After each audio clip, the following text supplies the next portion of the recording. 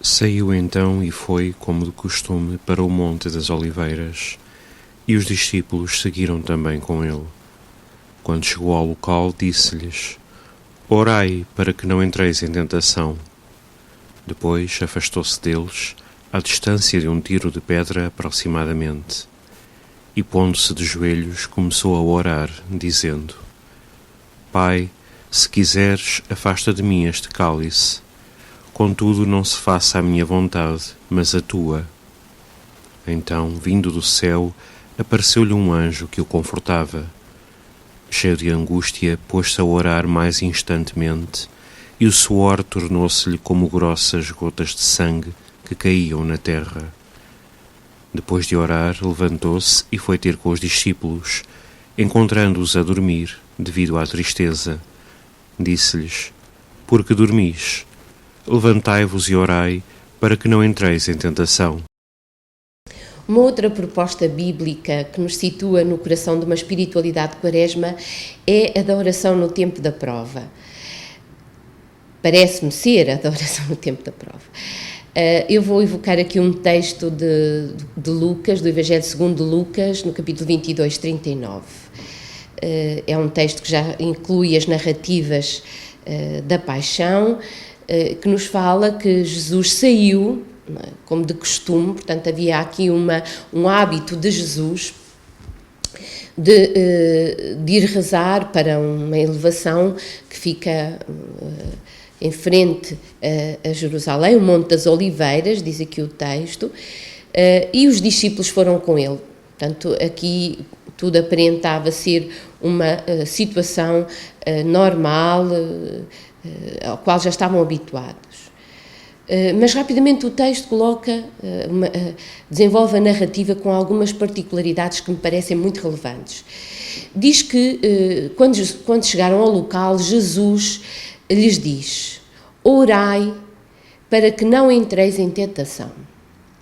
Nós temos outros momentos em que Jesus fala sobre a oração, em que se fala sobre a oração na narrativa bíblica do Novo Testamento, mas este momento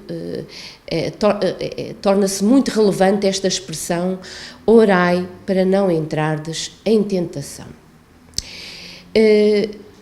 Aqui o texto parece pôr numa relação, estabelecer uma relação entre tentação e oração, não é? E a pergunta é: de que tentação é que se fala aqui?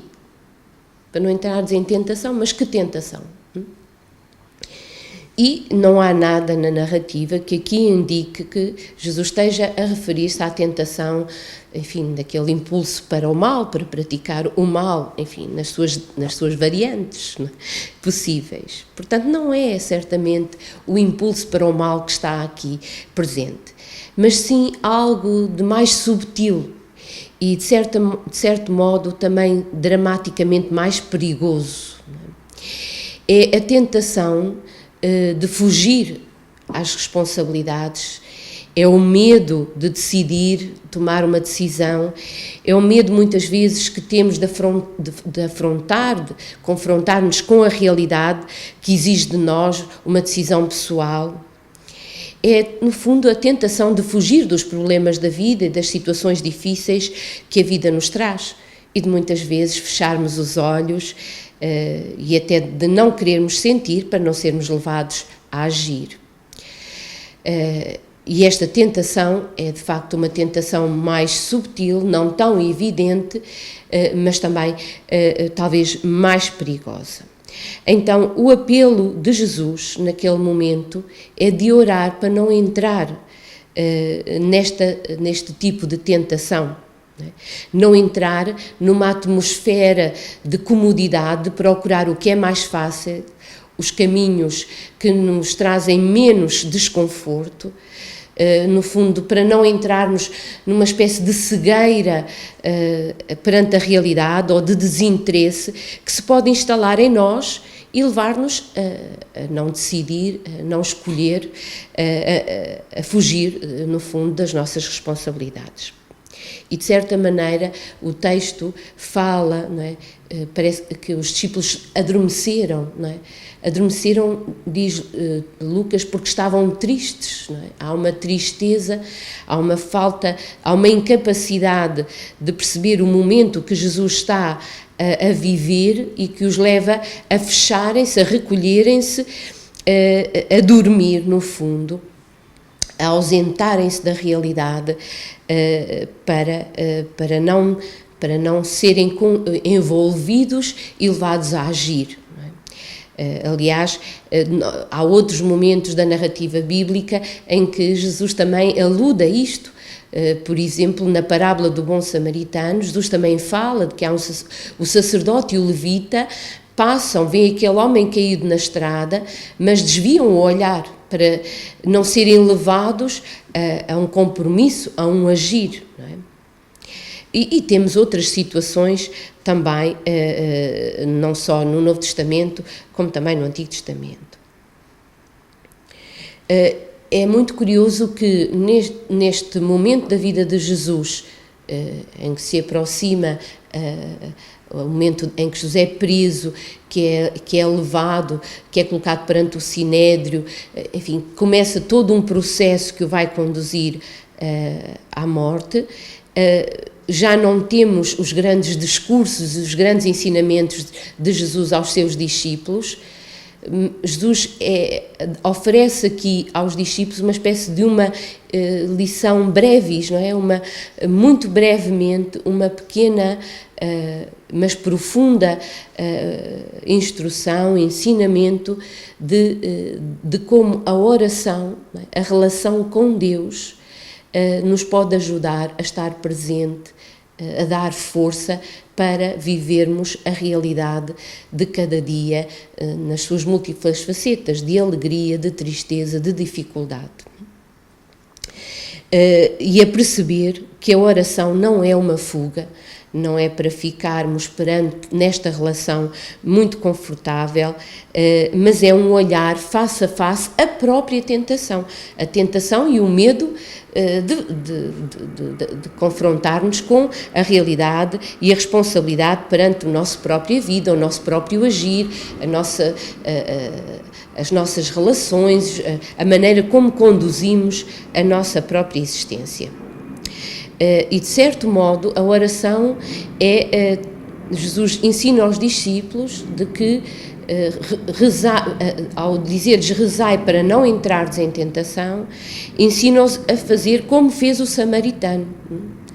Não a fazer da oração uma zona de conforto, mas a fazer como o samaritano, a descer da sua montada, a inclinar-se perante o homem que estava caído na estrada, não é? E a prestar-lhe, a interromper o seu percurso e a prestar a ajuda necessária. Este é um aspecto muito, muito importante também de um caminho de Quaresma, de nos interrogarmos sobre a nossa própria oração, o que fazemos da nossa relação com Deus. Se ela nos é para transportar para zonas de conforto, onde nos sentimos muito espirituais, muito piedosos, numa relação extraordinária com Deus, ou se a oração nos ajuda a olhar para o mais profundo de nós mesmos, da nossa realidade, da nossa existência, das decisões que tomamos, da maneira como nós falamos de Deus, uns dos outros, enfim, a maneira como nós nos colocamos perante toda a nossa existência humana. Há um aspecto muito curioso também aqui neste rezar e neste orar para não cair em tentação, que é a referência que o texto faz de que Jesus, pondo-se de joelhos, começou a orar. Jesus pede não só para rezarem, para não entrarem em tentação, mas é um detalhe que não é muito comum na narrativa bíblica. Naquele tempo rezava-se normalmente em pé. Era assim que se rezava. E o texto diz que Jesus se põe de joelhos, não é? E pondo-se de joelhos, ele, perante os discípulos, pondo-se de joelhos, começou a orar. Este rezar em joelhos não é apenas um gesto formal, e neste contexto em que a narrativa se situa, ele significa um momento particular de intensidade. Não é?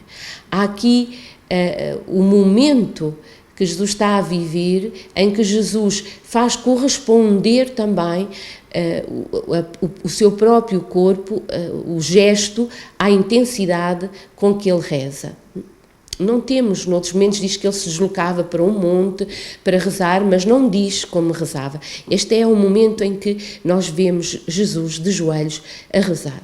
Também temos um outro texto, na morte de Estevão, também diz que Estevão, quando percebe que se aproxima o momento do seu fim, também se ajoelha e reza. Portanto, há aqui uma relação entre oração e gesto, né, também muito significativa, e aqui é expressa por este de joelhos, mas cada um de nós descobre, ou deve ser levado a descobrir, na singularidade da sua relação com Deus, também a expressão corporal que mais lhe é própria, não é? Vivendo também a Igreja os diferentes gestos que são propostos. Ora, ainda uma palavra final em que este texto nos ajuda a viver com intensidade uma verdadeira espiritualidade da Quaresma.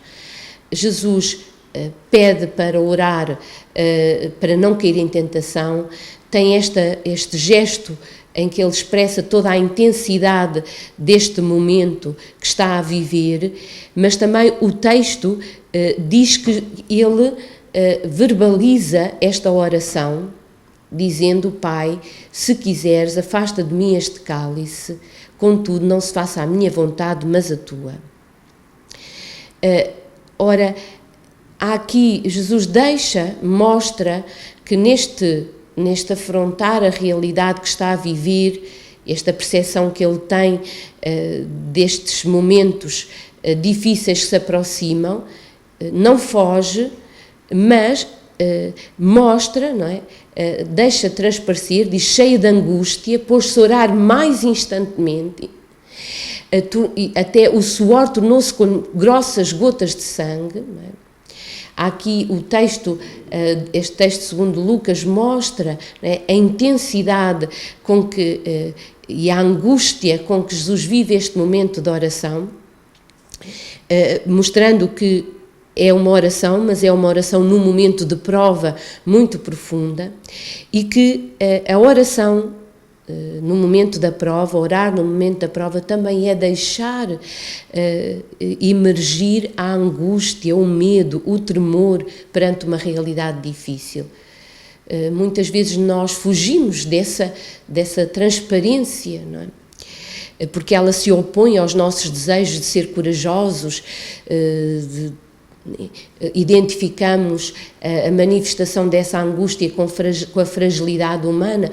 Ora, o texto bíblico mostra como a oração, não é, no momento da prova, na pessoa de Jesus, também deixa aflorar a humanidade mais profunda e a fragilidade mais profunda de Jesus, que sua sangue perante aquela realidade. Jesus experimenta a angústia sob a forma da agonia e vai ao fundo da sua fragilidade humana. E é a partir dali, não é? É ali, batendo no fundo da sua fragilidade humana, que ele se coloca no coração de Deus e diz: não se faça a minha vontade, mas a tua.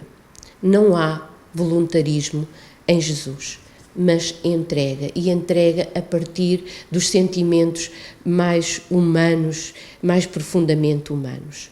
E nós vemos que há uma relação que cresce e se alarga nas profundezas da prova e da agonia, e que dali emerge renovada pelo poder de Deus.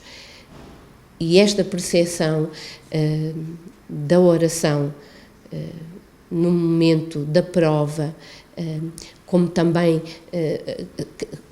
dando espaço à nossa mais profunda fragilidade, nos pode associar não só a oração de Jesus à nossa, ou a nossa oração de Jesus, mas também à realidade dos seres humanos que experimentam esta realidade difícil e esta prova em que a vida nos coloca e os coloca. Então Jesus experimentou esta fragilidade e estes sentimentos que nós experimentamos também e não fugiu deles. A Quaresma também é um momento para nós consciencializarmos isto e nos perguntarmos sobre a nossa oração e a nossa relação, o que é que incluímos na nossa oração e na nossa relação com Deus.